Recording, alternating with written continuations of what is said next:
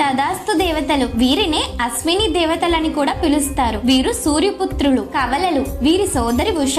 ఆమె ప్రతిరోజు వీరిని బ్రహ్మ ముహూర్తంలో మేల్కొల్పుతుందట. ఆ తరువాత వారు రథాన్ని అధిరోహించి తమ సోదరి ఉషను ముందు కూర్చోబెట్టుకుని తూర్పు దిక్కు నుండి పడమటి దిక్కుకు ప్రయాణిస్తారని పురాణ వర్ణన. వీరు ప్రయాణించే రథం పేరు హిరణ్యవర్తం. ఈ దేవతలు బంగారు రథంపై తిరుగుతూ చేతిలో ఒక బెత్తం పట్టుకుని యజ్ఞం చేసే ప్రదేశానికి విచ్చేసి అధిపతులను యజ్ఞ ద్రవ్యాలను బెత్తంతో సుతిమెత్తగా తాకి వారిని అనుగ్రహిస్తుంటారు. ఈ దేవతలు ఎప్పుడూ కూడా ఒక చెయ్యి అభయముద్రతో మరో చెయ్యి ఆయుర్వేద గ్రంథం పట్టుకుని ఉంటారు. వీరిని దేవతల వైద్యులు అంటారు. ఈ దేవతలు ప్రతిరోజు ఒక ప్రత్యేకమైన సమయంలో భూలోకం మొత్తం సంచరిస్తూ ఉంటారు. ఈ సమయంలో ఏ కోరిక కోరినా జరుగుతుంది. సూర్యాస్తమయానికి 24 నిమిషాల ముందు తదాస్తు దేవతలు తిరుగుతూ ఉంటారు. ఓం శ్రీం అశ్వినే నమః అనే నామాన్ని జపించి మనస్సులో ఏ కోరిక కోరినా వారు ఆ కోరికను